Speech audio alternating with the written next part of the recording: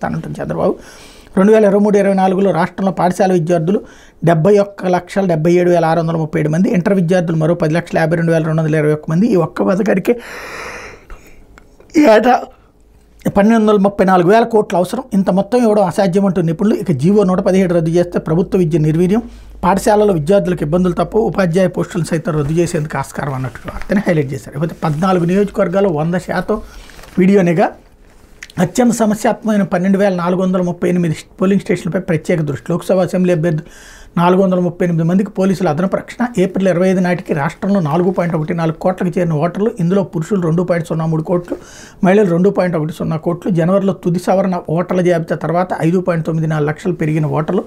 దీంతో 46,389కి పెరిగిన పోలింగ్ స్టేషన్లు. ఇప్పటివరకు 203 కోట్ల రూపాయల నగదు వస్తువులు జప్తు. జనసేన పోటీ చేస్తున్న లోక్సభ అసెంబ్లీ స్థానాలు 15 చోట్ల స్వతంత్ర అభ్యర్థులు గాజు గ్లాస్ గుర్తు రద్దు.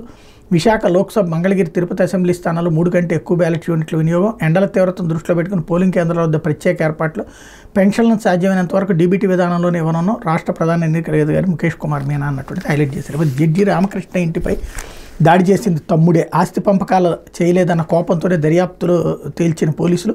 రామచంద్ర ఇచ్చిన ఫిర్యాదుతో జడ్జి రామకృష్ణపై కేసు. అన్నమయ్య జిల్లా బి కొత్తకోటకు చెందిన సస్పెన్షన్లో ఉన్న junior civil judge yes Ramakrishna ఇంటిపై మంగళవారం రాత్రి దాడి చేసింది. తమ్ముడు రామచంద్రని దర్యాప్తులో తేలిందని పోలీసులు వెల్లడించారు. రామకృష్ణ తన ఇంటిపై గుర్తు తెలియని వ్యక్తులు దాడి చేసి కిటికీ అద్దాలు, ఇన్నోవా కారు అద్దాలను ధ్వంసం చేశారని, కిటికీపై యాసిడ్ పోసిన ఆనవాళ్లు ఉన్నాయని, తనను చంపేందుకు దాడికి పాల్పడ్డాను పోలీసులకు ఫిర్యాదు చేసిన విషయం ఎదుటివే.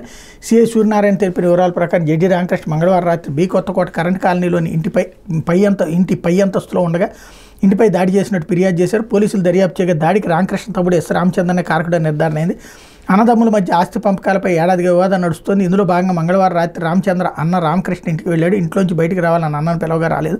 దీంతో రామచంద్ర అక్కడే ఉన్న కట్టెను తీసుకుని గేటును కొట్టడంతో ఇద్దరి మధ్య గొడవ జరిగింది.